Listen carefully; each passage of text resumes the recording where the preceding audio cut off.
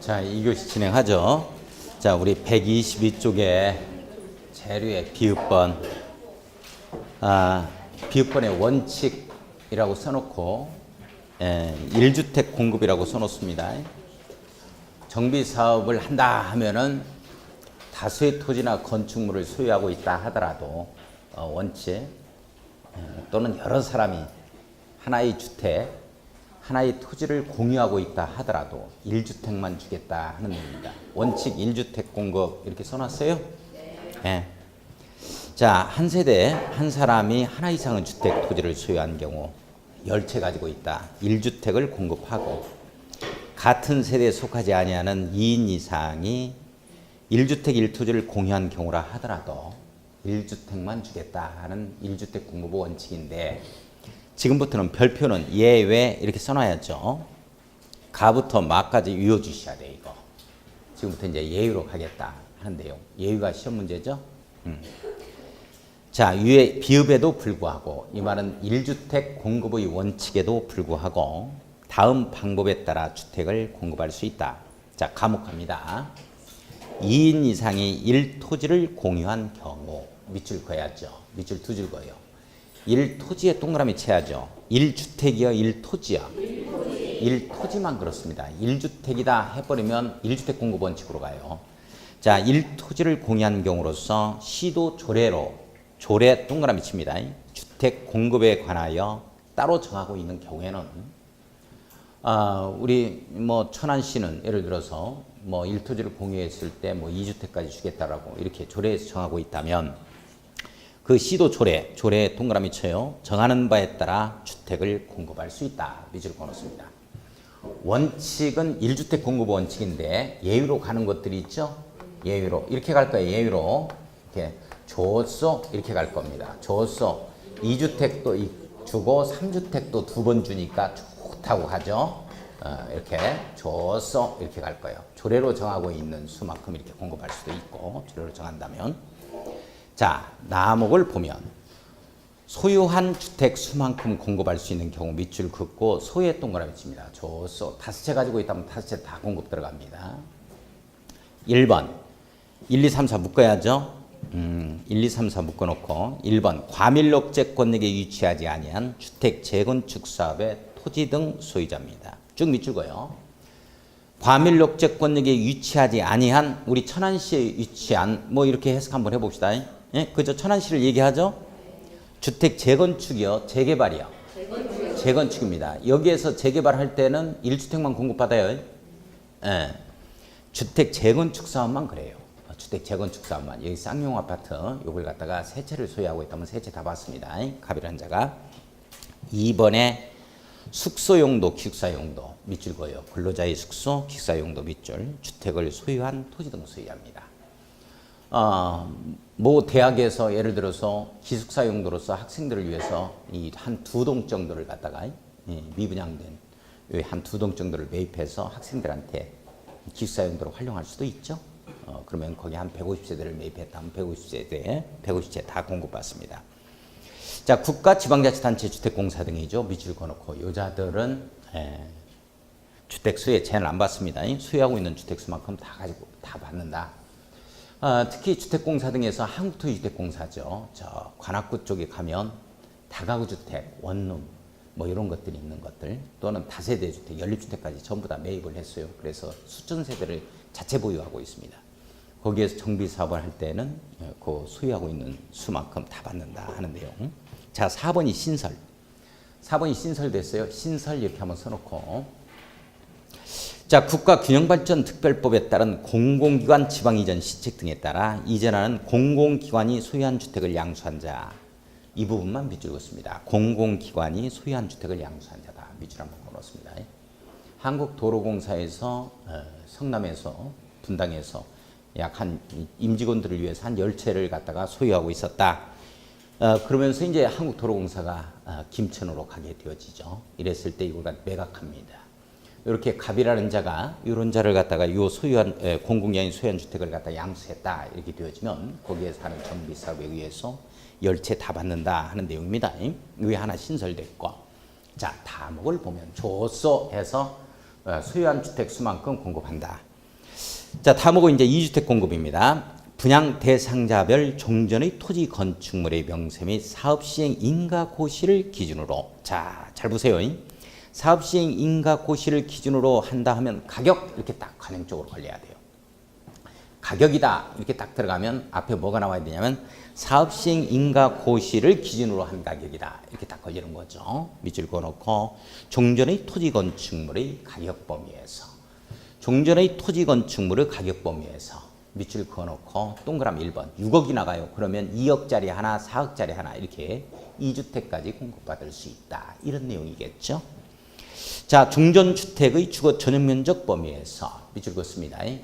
동그라미 2번이라고 써놓고 가격 범위에서 전용면적 범위에서 2주택을 공급할 수 있고 2주택을 공급 네모 딱 엮고 조그만하게 별표 치고 줬어. 2주택, 3주택, 3주택 줬어. 이렇게 갈 거예요. 이중 1주택은 밑줄 그어야죠. 주거 전용면적 60제곱미터 이하로 한 채를 꼭 공급해야 됩니다. 자, 주거 전용면적 60제곱미터 이하로 공급한다 하는 얘기는 어디에서만 나오냐면 2주택 공급에서 나와, 3주택 공급에서 나와. 2주택 공급에서만 나오는 거예요. 다만 60제곱미터 이하로 공급받은 1주택은 이전고실의 소유권 이전고실을 얘기하겠죠. 다음 날부터 3년 동그라미 딱 쳐요. 전매 제한에 걸립니다. 지나기 전에는 주택을 전매하거나 이에 전매를 알선할 수 없다. 밑줄 그어놓고 매매 증여 전부 다 안 됩니다. 그러나 상속은 가능합니다. 상속으로 할 때는 3년이 지나기 전에 이런 경우는 가능하죠. 자, 3년간 전매 제한에 걸린다 하는 곳은 전용면적 얼마? 60제곱미터 이하. 60제곱미터라는 말 나오면 2주택 공급이야, 3주택 공급이야. 옳지. 몇 년간 전매 제한에 걸린다? 3년간 전매 제한에 걸린다. 60제곱미터 이하짜리가 3년간 전매 제한에 걸리는 거죠. 그래서 6억짜리다 하면 4억짜리 하나, 2억짜리 하나, 58평이다 하면 40평 하나, 18평 하나, 뭐 이렇게 해서지 2주택 공급받는다 하는 내용. 라목 갑니다. 가로주택 정비 사업의 네모 딱 엮고 이 경우에는 3주택 이하로 한정하되 밑줄 그어요. 자, 가로주택 정비 사업입니다. 몇 번째 사업이죠? 6번째 사업에서는 몇 주택까지 공급받을 수 있다? 3주택까지 공급받을 수 있다. 잡아줘야 돼요. 다가구 주택입니다. 다가구 주택 네모였고 별표를 쳐야 되는데 이걸 다세대 주택으로 하면은 안 돼요. 구분소유권 인정되니까. 다가구 주택입니다. 다가구 주택의 네모 딱 엮고 다가구 주택을 소유한 자에 대하여는 사업시행 인가 고시가 있은 날을 기준으로 한 가격. 밑줄 한번 그어놓죠. 가격의 동그라미. 가격 앞에 반드시 어떤 말이 공식적으로 걸린다? 그렇죠. 사업시행 인가 고시를 기준으로 한다 하는 말이 꼭 들어가야 돼요. 가격을 분양주택 중 최소 분양단위 규모 이 추산액으로 나눈 것만큼 공급할 수 있다. 뭐 6억이 나간다 이렇게 되어지면 2억짜리부터 공급 들어가더라 하면 2, 3은 6에서 세 채 이렇게 공급한다. 이런 내용입니다. 물론 소수점 이하는 이제 버려버리겠고. 자, 마목을 보겠습니다.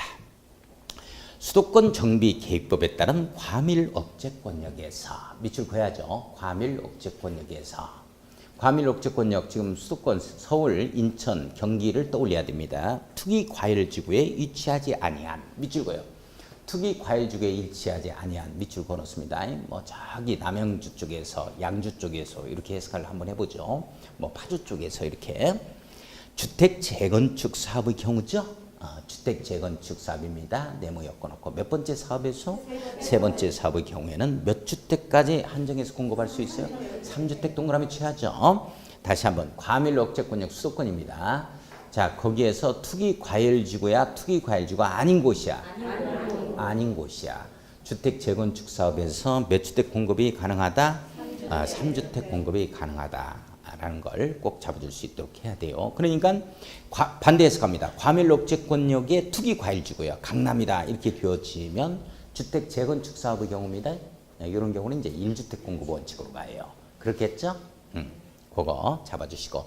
따라서 한번 해요. 원칙은 1주택 공급인데 예외적으로 따라서요. 줬어.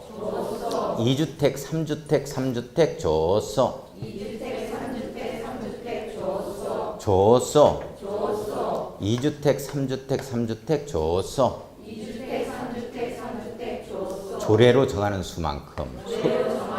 소유한 주택 수만큼 2주택 공급. 여기에서 60제곱미터가 나옵니다. 3년간 전매 제한이 2주택에서만 나오는 거죠. 3주택 공급. 무슨 사업에서 그렇지? 가로주택 정비 사업에서. 그 다음에 또 3주택 공급. 저기 양주 또는 파주 요쪽에서 그렇다. 거기는 과밀록제권역의 투기과일지구다. 과일지구 아니다.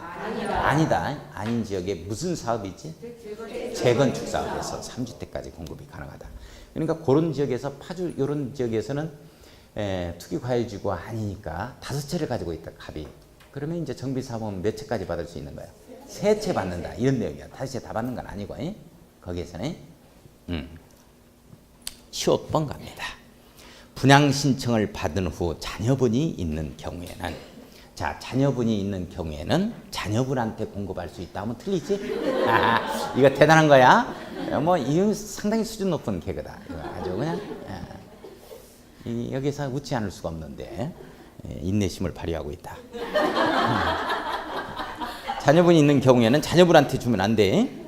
정관등 또는 사업시행 계획이 정하는 목적을 위하여 보류지로 정하거나 건축물을 포함해서 보류지로 정한다. 밑줄 조합은 외의 차액에 분양할 수 있다. 밑줄 걸어 가로 열고 일반 분양이라고 써놓습니다. 일반 분양할 수 있다. 조합은 외에 무슨 일반 분양할 수 있는 몫이 300세대가 있다라든지 이런 말을 들어볼 겁니다. 그런 내용이에요. 자, 그 다음에 감정평가는 놓아두고 다음에 이제 하죠. 양가로 3번 가겠습니다. 오른쪽에 양가로 3번 관리처분 계획 인가라는 표현 나와요.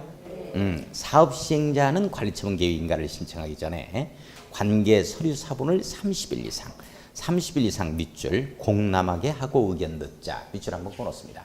기사에서만 14일, 기본계획 공람과 사업시행계획 공람에서만 14일, 나머지 무조건 30일 가자. 자, 화살표 밑에 시장군 수는 관리처분 계획의 인가 신청이 있은 날부터 30일 이내에 밑줄 긋고 인가 여부를 결정해서 통보하자. 무조건 30일 가자. 자, 그 밑에 화살표 시장군 수는 관리처분 계획을 인가하는 때에는 지방자치단체 공보에 고시하자. 고시 밑줄. 자, 동그라미 1번 어떤 효과가 있느냐 이렇게 고시하게 되어지면 인가 후에 동그라미 1번 별표 치하죠. 관리처분 인가 후 네모 딱 엮고 요걸 사업시행 인가 후 하면 틀려요. 관리처분 계획 인가 후 체결되는 지상권 등의 민법 등 일부 규정은 적용하지 아니한다. 쭉 밑줄 그어야 돼요. 민법 등 일부 규정 적용한다 안 한다? 안 한다. 자, 동그라미 2번 갑니다. 사업시행자는 관리처분 계획의 인가를 받은 후 다시 한번 네모였고 기존 건축물을 철거해야 한다. 자, 기존 건축물을 철거하는 시점이 인가 후죠? 이거 중요합니다. 자, 별표 예외 이렇게 갑니다. 예외 동그라미 치고 그러면 예외가 또 시험 문제 나오지? 그러면 어떠한 경우에도 관리처분 인가 전에는 건축물을 철거할 수 없다 하면 또 틀리겠네. 이제 예외로 관리처분 인가 전에 철거할 수 있는 경우가 또 있다. 사업시행자는 다음 각호의 어느 하나에 해당하는 경우에는 위에 이에도 불구하고 밑줄 관리처분 인가 후에 건축물을 철거하여야 함에도 불구하고 해석돼요? 네. 관리처분 인가 후에 건축물을 철거하여야 함에도 불구하고 자, 기존 건축물의 소유자 동의 밑줄 그어요. 기존 건축물의 소유자 동의 밑줄 동의에 동그라미 치고 시장군수의 허가 밑줄 허가에 동그라미 동의도 받고 허가도 받아서 해당 건축물을 철거할 수 있다. 밑줄 그어요. 지금 뭐 하기 전에 해당 건축물을 철거할 수 있다? 관리처분 인가 전이라도 건축물 철거할 수 있다 이 말이야. 원래 인가 후에 철거해야 되는데 인가 전이라도 당해 건축물을 철거할 수 있다. 밑줄 그어놓고 거기에다가 왼쪽에다가 써놔야죠. 관리처분 인가 전이라 하더라도 관리처분 인가 전에 철거할 수 있다. 이런 내용이에요. 자, 이 경우 동그라미 딱 치고 별표 치고 건축물의 철거에도 불구하고 토지 등 소유자로서의 권리 의무에 영향을 주지 아니한다. 밑줄 그었습니다. 그러면 이 경우 건축물의 철거에 따라서 토지 등 소유자의 권리 의무에 영향을 준다 해버리면 안 되지? 주지 않기 때문에 밀어버릴 수 있다. 이런 내용이야. 이게 이제 부산의 김길태 사건 때문에 여기 이제 성폭행 사건 여중생 3학년짜리 성폭행에서 살해한 사건이 있었죠. 참 안 됐습니다만은 그 사건 때문에 그 사건이 일어나고 나서 바로 이듬해 법조문이 만들어집니다. 그 사건이 2010년도인가 이루어졌을 거예요. 일어났을 겁니다. 부산의 정비구역에서 거기에 돈이 없어가지고 다 이사를 갔다고 정비구역 지정이 돼서 다 이사 갔는데 여기 여중생 집만 이사를 못 간 거야. 돈이 없으니까. 관리처분 인가 후에 이제 가려고 했던 거지. 그런데 여기에서 빈집에서 김길태가 여기에서 담요 덮고 살았던 거지. 보안계 맨날 여중생이 표적이 됐던 거야. 그래가지고 2층에 물통에다가 이 시신을 갖다가 이렇게 유기한 사건이 있었죠. 그 사건 기억나요? 부산에서? 참 그렇습니다. 너무 세상에. 자, 그래서 이 법조문이 생겨요. 안 되겠다. 다 이사 갔는데 빈집인데 여기만 살고 있었던 거예요. 그냥 동의 얻어서 밀어버리자는 거야. 우범지대와 우려가 있기 때문이죠. 그래서 이게 범인들 잡히는 거 보면 전부 다 정비구역 안에서 잡혀. 정비구역 안에서 잡힙니다. 다들 보면. 저기 정읍에서 이제 그 택시 타고 광주까지 갔다가 편의점에서 강도 사건이 있었고, 그 이대호라고 하는 범인이었죠. 어디서 잡혔냐면 부산 정비구역 내에서 잡혔어요. 여기서. 그래서 딱 이게 그 범인이 어디로 튀었느냐, 제 1순위가 바로 여기입니다. 여기 딱 가면 조사해 보면 여기 들어가서 담요 덮고 살고 있어. 그 옆에는 소주 자 갖다. 자, 그래요. 우범지대와 우려가 있기 때문에 그렇습니다. 자, 1, 2번 묶어놓고 우선 1번은 건축물의 붕괴 등 안전사고 우려 밑줄 긋고 2번이에요. 2번에 별표 조그만하게 쳐놓습니다. 폐공가의 밀집입니다. 폐공가라는 건 빈집들을 얘기하는 거예요. 노후불량 건축물이 빈집이 되어 있을 때를 폐공가라고 한다. 이 폐공가의 밀집으로 우범지대화 우려가 있는 경우입니다. 이 경우예요. 이 경우는 폐공가의 밀집으로 우범지대와 우려가 있는 경우 밑줄 그어요. 이런 경우에는 동의 없고 허가받아서 밀어버릴 수 있다. 관리처분 인가가 전이라 하더라도 관리처분 인가 후가 아니고. 내용 이해가요? 그런 내용이 있다는 거. 자, 동물배기 3번에 갑니다. 관리처분 인가 고시가 있은 때에는 네모였고, 관리처분 인가 고시가 있은 때에는 종전의 토지, 건축물의 소유자, 지상권자 등 권리자는 소유권 이전 고시가 있은 날까지, 물권변동 일어날 때까지 이렇게 해석하면 돼요. 자, 밑줄 그어요. 두 번째 줄 끝에 종전의 토지, 건축물에 대하여 이를 사용하거나 수익할 수 없다. 사용 수익이 금지되는 시점이 바로 관리처분 인가 고시 후 시점이다. 예. 자, 다만 동그라미 치고, 다만 별표 쳐요. 또 다만 사업시행자의 동의를 받거나 밑줄 동그라미 1번. 나는 한 달간만 더 사용해야 되겠다 하면은 사업시행자의 동의 받아서 사용할 수 있어요. 인가가 떨어졌다 하더라도, 인가고시가 있었다 하더라도. 손실보상이 완료되지 아니한 권리자의 경우 밑줄 긋고 동그라미 2번. 동의를 받거나 손실보상이 완료되지 아니한 권리자가 있다 하는 경우에는 그러하지 아니하다. 그러하지 아니하다는 건 사용수익할 수 있다. 사용수익할 수 있다라고 써놓습니다. 손실보상이 완료되지 아니한 권리자의 경우는 사용수익을 더 할 수 있는 예의도 있기는 하다. 원칙은 비워줘야 되는데 이렇게 되어집니다. 자, 124쪽 가겠습니다. 자, 124쪽 갑니다. 자, 공사 완료 다 됐어요. 이제 시공보증이라는 표현 나와요. 시공보증에 동그라미 치고 이게 개정법률인데 이 개정되고 나서 시험 문제가 한 번도 출제가 안 됐어요. 아주 중요한 내용인데 이 내용이 어떤 내용이냐 한번 읽어보죠. 조합이 정비 사업을 시행하기 위하여 시장문수 또는 주택공사 등이 아닌 자를 시공자로 선정한 경우 밑줄 그어야죠. 현대건설을 시공자로 선정했어요. 현대건설이 한다 해놓고는 나중에 두 손 들어버리고 안 해버리면 우리가 지금 금융기관에서 빌린 비용이 얼만데 지금 뭐 열흘에 한 1억씩 이자만 나가는데 어떡할 거냐고 빨리빨리 해줘야지. 선정한 경우 그 시공자는 도급받은 공사의 보증을 위하여.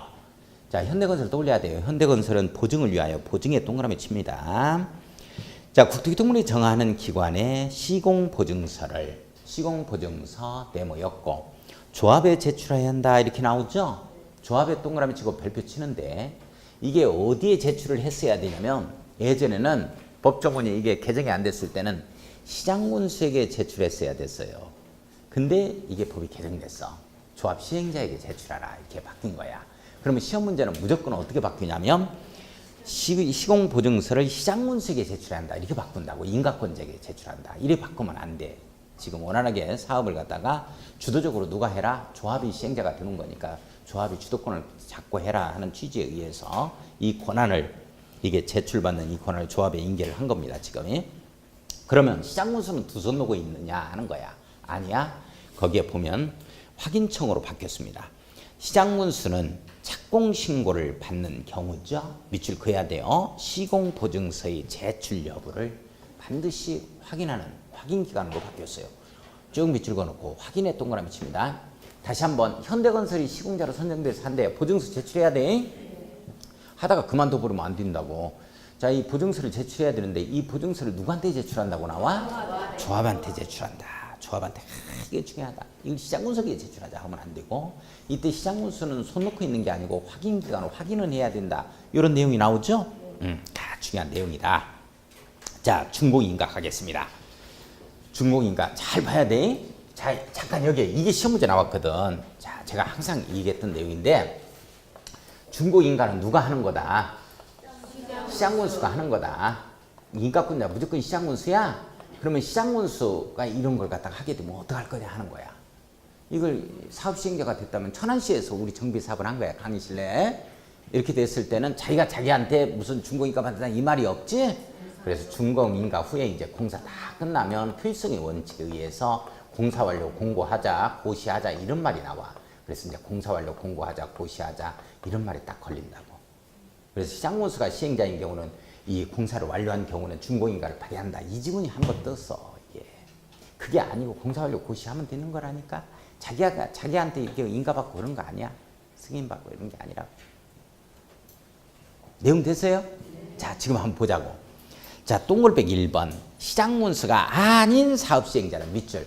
그러면 아닌을 빼버렸다니까 시험 문제에. 그러면 시장문수인 사업시행자는 이렇게 나왔어. 정비사업에 관한 공사를 완료한 때는 이 준공인가를 발휘한다 이렇게.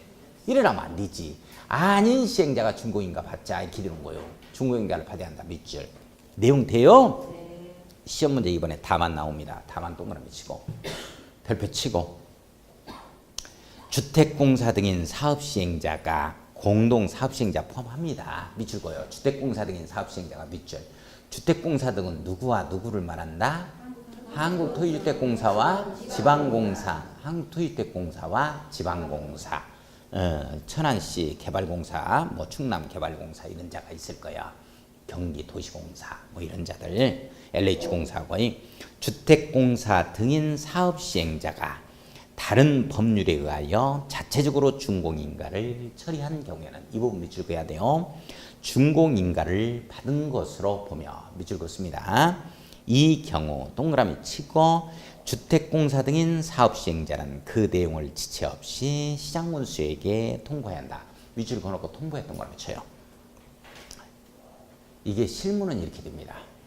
실무 잠깐만요.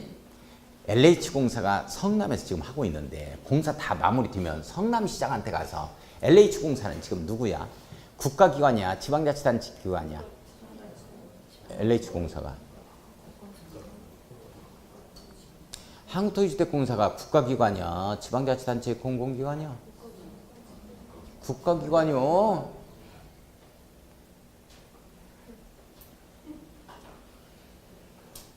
국가기관이라고. 국가공공기관이요. 충남개발공사는 지방자치단체 공공기관이고. 그러면 국가기관이 이런 걸 했다고 해봐. 지방자치단체 장한테 이게 받겠어 안 받겠어? 안 받아. 실무는 이조문으로 가는 거야. 자체 처리해버려. 자체 처리해버리고 통지 들어가. 저기 목포에 가면 광주광역시에 있는 건축물보다도 더 높은 건축물이 LH공사가 정비사업을 해서 목포 산정동에서 한 게 있어. 이게 두 동이 크게 주상복합이 들어와 있는데 도시환경 정비사업입니다. 이게 한 45층, 50층 될 건데 이 목포가 더 높은 건축물이 들어와 있어요. 광주는 이런 건물이 없어요. 이거 LH공사가 한 거라고. 한국토지주택공사가. 도시환경 정비사업 들어간 거야 이게. 목포시장한테 이게 준공인가 받겠어 안 받겠어? 자체 처리한 거라니까. 그러면 자체적으로 처리를 했다 하더라도 타법률에 의해서 공사를 완료한 경우는 시장문수한테 인가를 발휘한다. 이 지문이 떠버린 거야. 이 지문이. 무지하게 뜹니다. 이 지문. 틀리면 누렇겠다. 뜨는 거 똑같은가?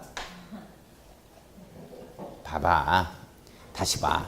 다만 주택공사 등인 사업시행자가 타 법률에 의하여 자체적으로 준공인가를 처리한 경우에도 공사를 마친 경우에는 완료한 경우에는 시장군수의 준공인가를 받아야 한다. 이 지문이 뜬다니까.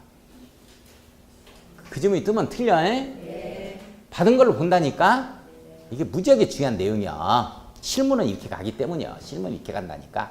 실무가 준공인가를 받은 것으로 봐버린다니까. 이 경우 주택공사 등인 사업시행자는 내용을 통보는 해줘야 돼. 시장군수에게. 이거 중요한데 말로 표현할 방법이 없네. 또한 시장군수가 직접 시행하는 정비 사업인 경우에는 공사 완료를 한 경우에 준공인가 받자면 들리죠? 공사 완료를 공보에 고시해야 한다. 밑줄 공사 완료 고시 이 뜻이야. 가로 열고. 시장군수가 준공인가권자니까 공사 완료했을 때는 공사 완료 고시하자 이 말이야. 자, 그 밑에 동글배기 2번 갑니다.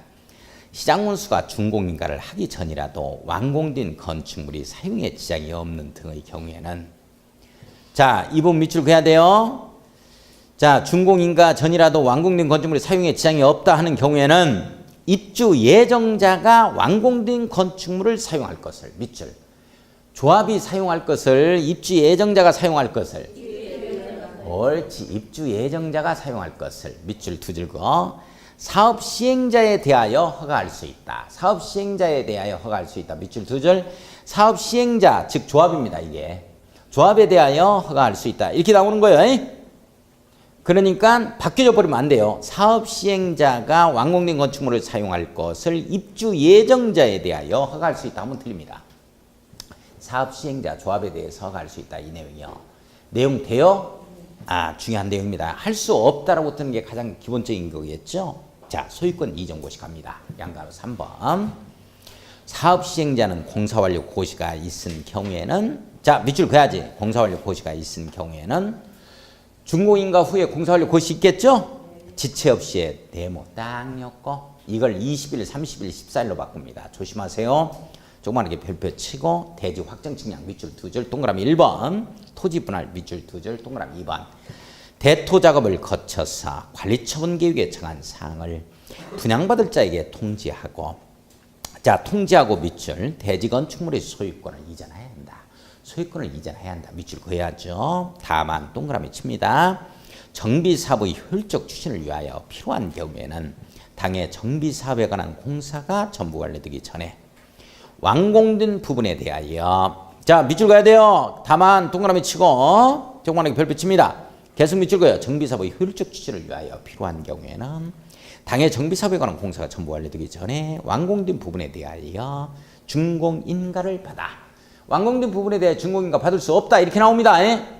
있다 받아 대지 또는 건축물별로 이를 분양받을 자에게 소유권을 이전할 수 있다.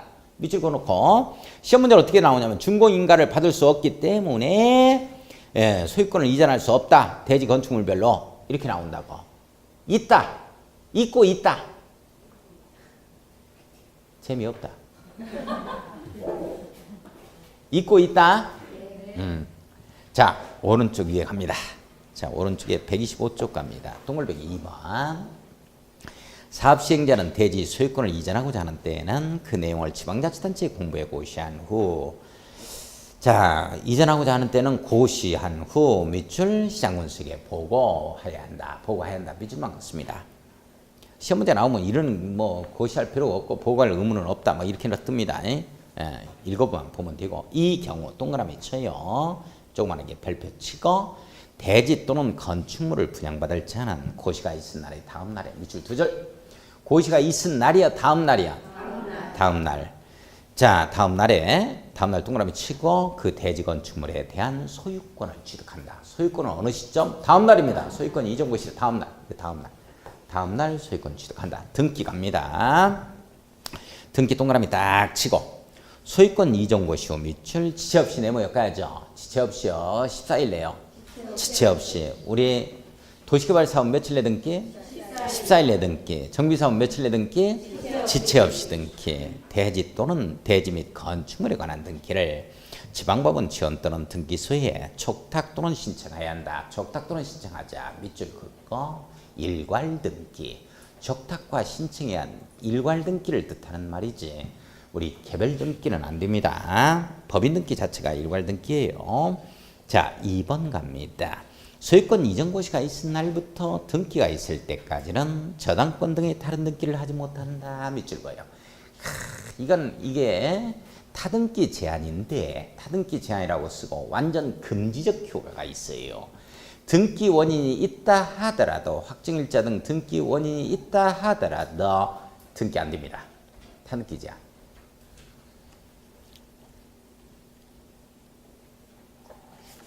중요한 건데 우리 도시개발 사업에서는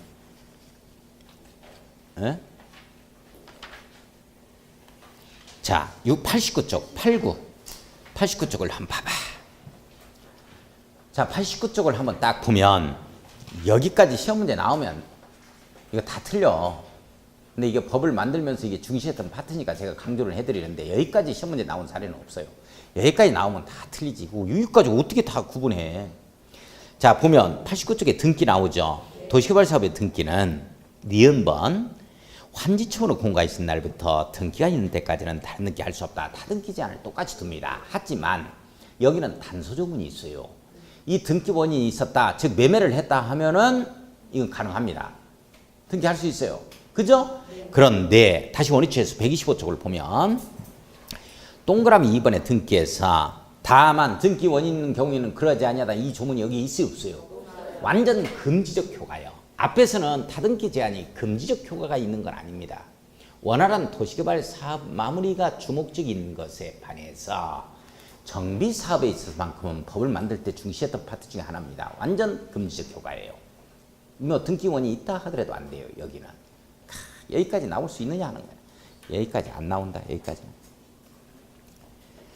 자, 동그라미 3번에 청산금의 동그라미 딱 치고 종전의 토지 건축물의 가격과 분양받은 대지 건축물의 가격 사이에 차이가 있는 경우에는 사업 시행자는 소유권 이전고시가 있은 후에 밑줄 그어요. 소유권 이전고시가 있은 후에 그 차익을 징수하거나 지급해야 한다. 밑줄 그었습니다. 여기서 포인트는 뭐냐면 청산금의 지급징수 시점이 어느 시점이냐 하는 거죠.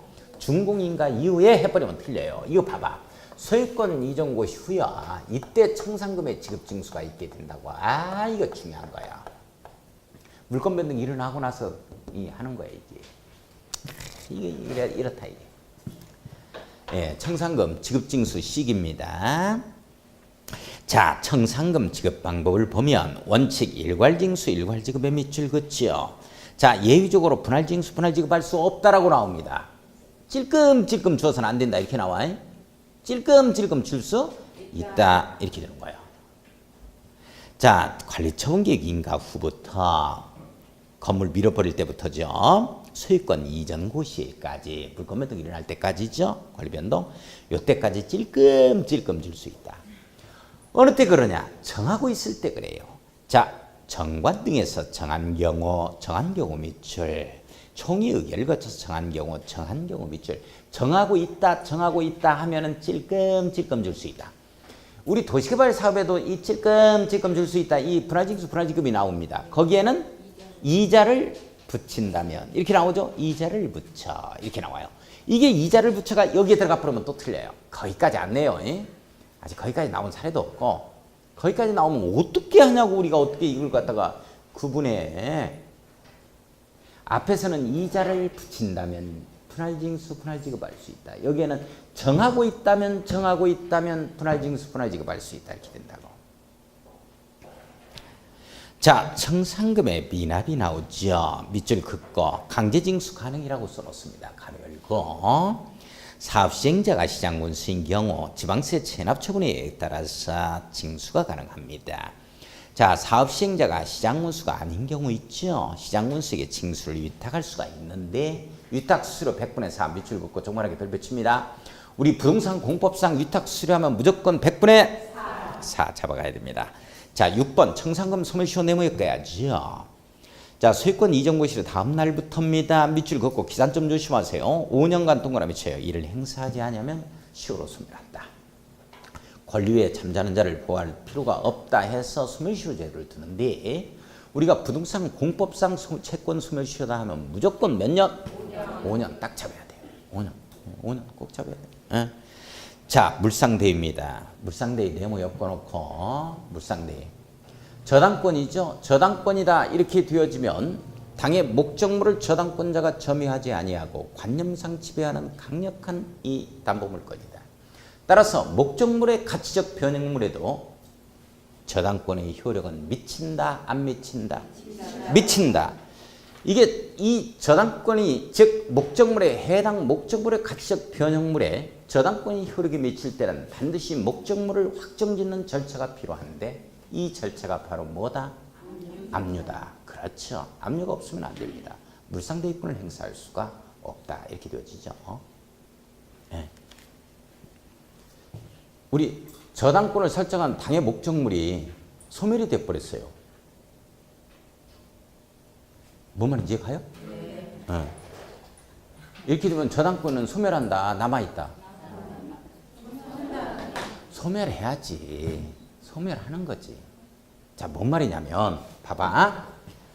내가 여기 단독주택 이게 3억짜리가 하나가 있다고 내가 돈이 급하게 필요해. 그래 농협에 가서 내 2억을 갖다가 빌려달라 그래. 농협한테 가가지고 그러니까 농협이 뭐라 그러냐면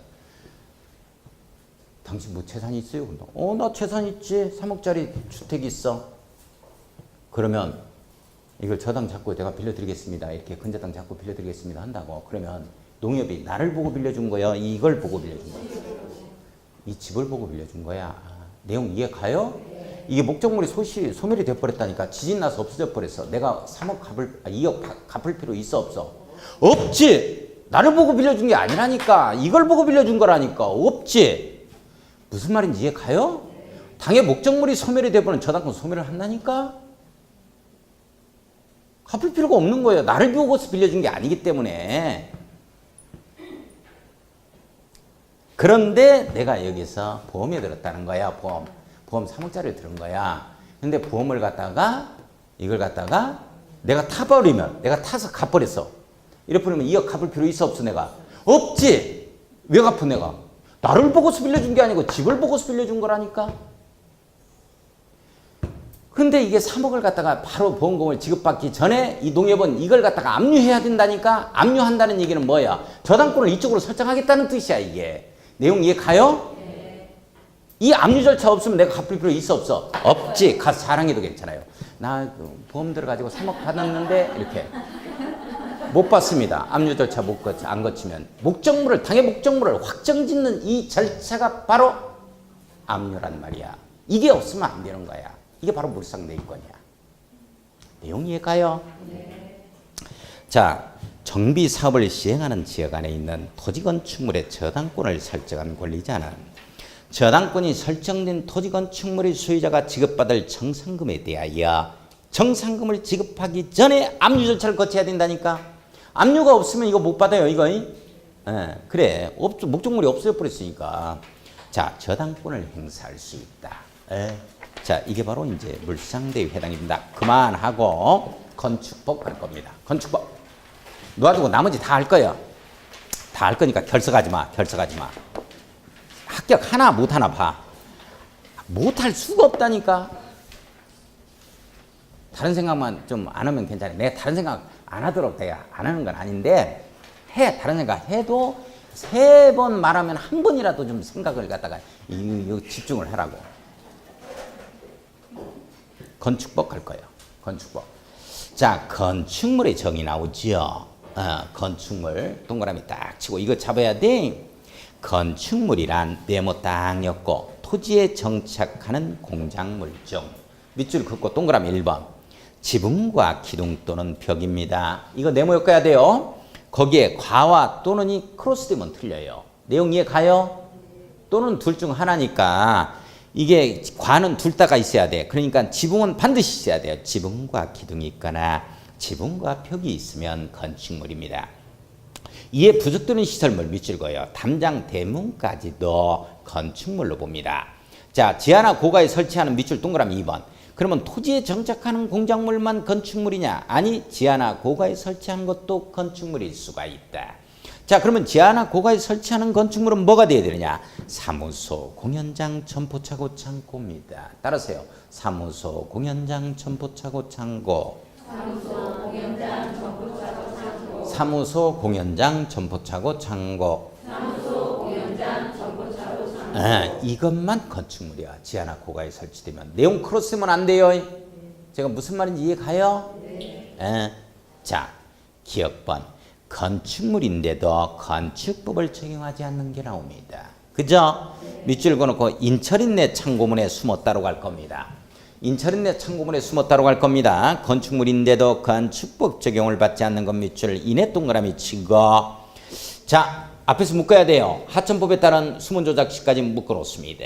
딱 묶어서 철도, 궤도 선로부지 안에 있는 운전보안시설, 철도상 철도의 상하 보행시설, 플랫폼, 육교 막 이런 거 있죠?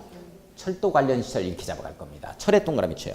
철도 궤도의 선로 부지 안에 있는 시설 밑줄 그어놓고 철도 관련 시설 이렇게 갈 겁니다. 자, 그 다음에 컨테이너를 이용한 간이 창고 밑줄 인철인내 창고문에서 창에 동그라미 칩니다. 창고에서 공장용도 밑줄 그어놓습니다. 이동이 용이한 것에 한한다. 고속도로 통행료 징수시설 밑줄 그어놓고 고에 동그라미.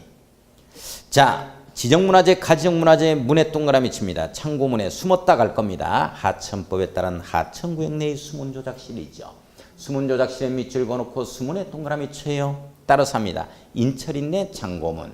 인철인내 창고문. 인철인내 창고문. 인철인내 창고문. 인대도. 인대도. 건축물인데도.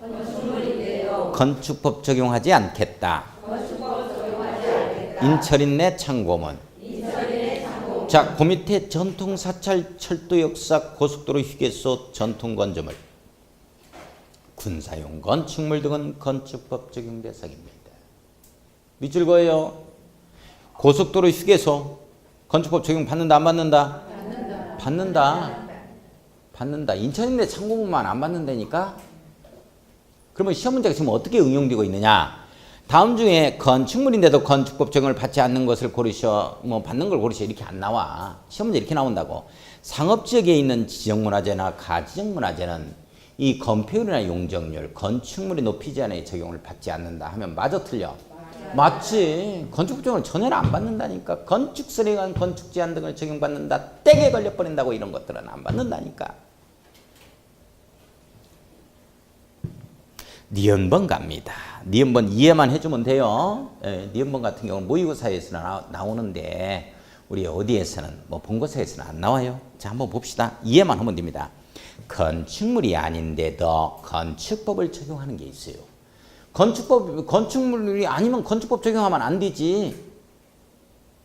뭔 말인지 이해 가요? 이 분필 봐봐. 분필은 건축물이요? 건축물 아니야? 아니잖아. 이거 건축법 적용해야 돼. 도시적 내에 있는 분필은 전부 다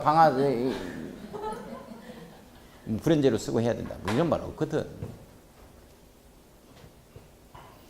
건축물에 이제 건축법 적용해야 되는데 건축물이 아닌데도 이게 건축법을 적용하는 게 있어요. 아닌데도 해서 아자에 동그라미 칩니다.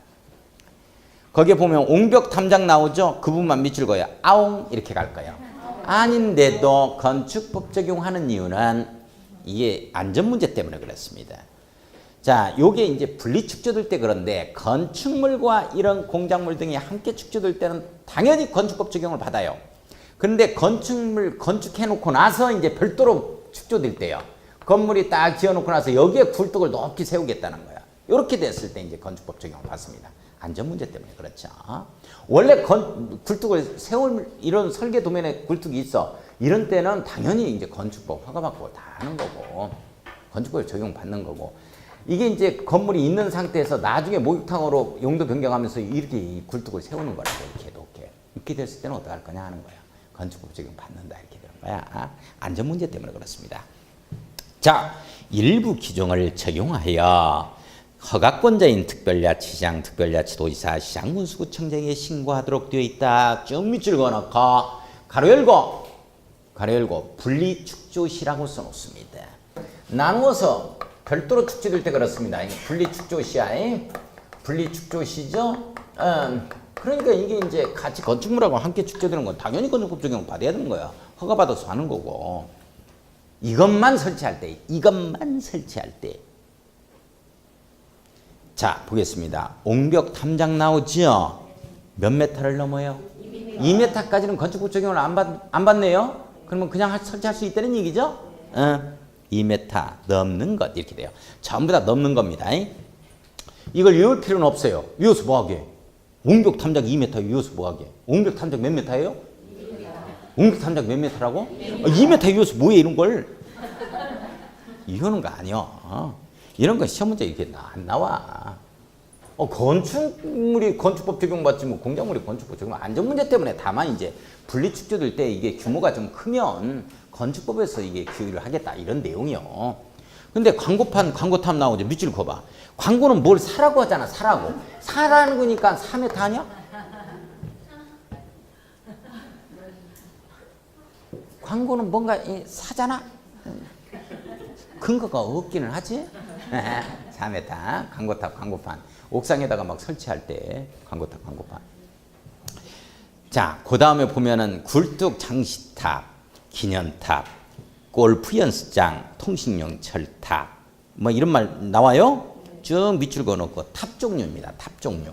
탑 종류는 이렇게 끝이 이렇게 뾰족한 것들이야. 이게 끝이 뾰족한 것들이라고. 이게 그지? 끝이 이렇게 뾰족한 거지? 이런 것들이 전부 다 보면 이것이 어떻게 바뀌었냐면 이것이 이렇게 바뀌는 거예요. 이렇게 바뀌면서 나중에 6m 이렇게 바뀌잖아. 이게 탑종류 끝이 뾰족한 것들을 보면 전부 다 6m. 광고탑 광고는 사라고 하니까 4m. 옹벽 담장은 2m. 그런 거 이유는 거 아니에요. 지금 뭐를 하고 있는 거야? 아웅하고 있는 거야. 건축물이 아니면서 건축법 적용하겠다는 내용이야 이게. 아웅. 인철인내 창고문 아웅. 대단한 건데. 자, 그 다음에 보면 고가수조는 8m를 넘습니다. 고가수조를 보면 고가수조에 이렇게 물이 찰랑찰랑 차 있는데 이거를 보니까 8이다. 8m.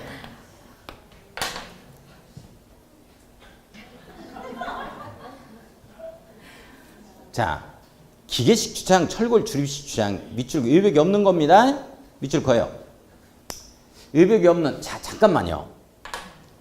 이게 주차장 용지가 없으면 이 기준이 있는데 그래서 이제 요런 어떤 걸 갖다 놓냐면 이런 걸 갖다 놓는 걸 봤어요. 이렇게 X자형으로 해가지고 이렇게 해가지고 이렇게 건물이 이렇게 여기 차가 이렇게 들어가 있는 거에 이렇게 들어가 있는 거 이런 것들 봤어요?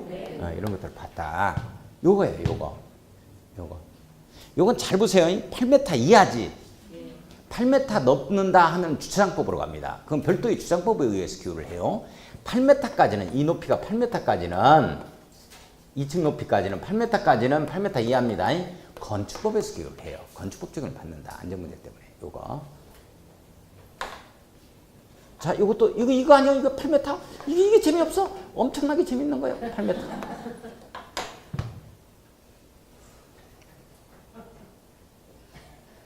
엄청난 건데 안 웃고 있어요. 고가서주 몇 메타? 이 주차장 이거 뭐 몇 메타? 외벽이 없는 거 8m. 옆에서 봐 진짜 8m로 돼 있어. 엄청난 거다. 자, 오른쪽 위에 지하대표 30제곱미터를 넘는다. 이렇게 되면 건축법에서 규율하겠다 하는 내용이야. 안전문제 때문에.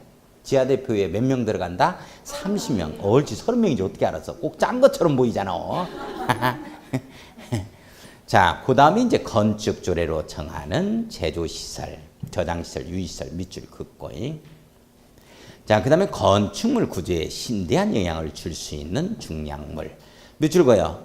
구조에 심대한 영향을 줄 수 있는 중량물. 밑줄 긋고. 자, 그 다음에 이제 또 신설이 됐어요. 높이 5m를 넘는 밑줄 그어요. 발전 설비 밑줄 긋습니다. 발전 설비 5m 넘는다. 그 태양열 주택이라든지 이런 거 검정판 있죠? 그런 것들 설치할 때. 자, 대지 가겠습니다. 대지 동그라미 한번 딱 쳐보고. 대지란 네모 엮어야지. 대지란 네모 엮었어요. 공간정보 구축 및 관리 등에 관한 법률 공간정보법에 의하여 각 필지로 나눈 토지를 말한다. 밑줄. 각 필지로 나눈 토지 밑줄. 우리 정비사업에 가면 정비사업에 의해서 조성된 토지를 대지라고 해. 근데 여기 오면 각 필지로 이렇게 나눈 토지를 대지라고 하는 거야. 이걸 뭐라 그러냐? 각 필지로 나눈 토지를 가로 열고 1필지 1대지의 원칙 이렇게 한번 써요. 1필지 1대지의 원칙 이렇게 한번 써놓습니다. 1필지 1대지의 원칙 이렇게 한번 써봤어요? 네.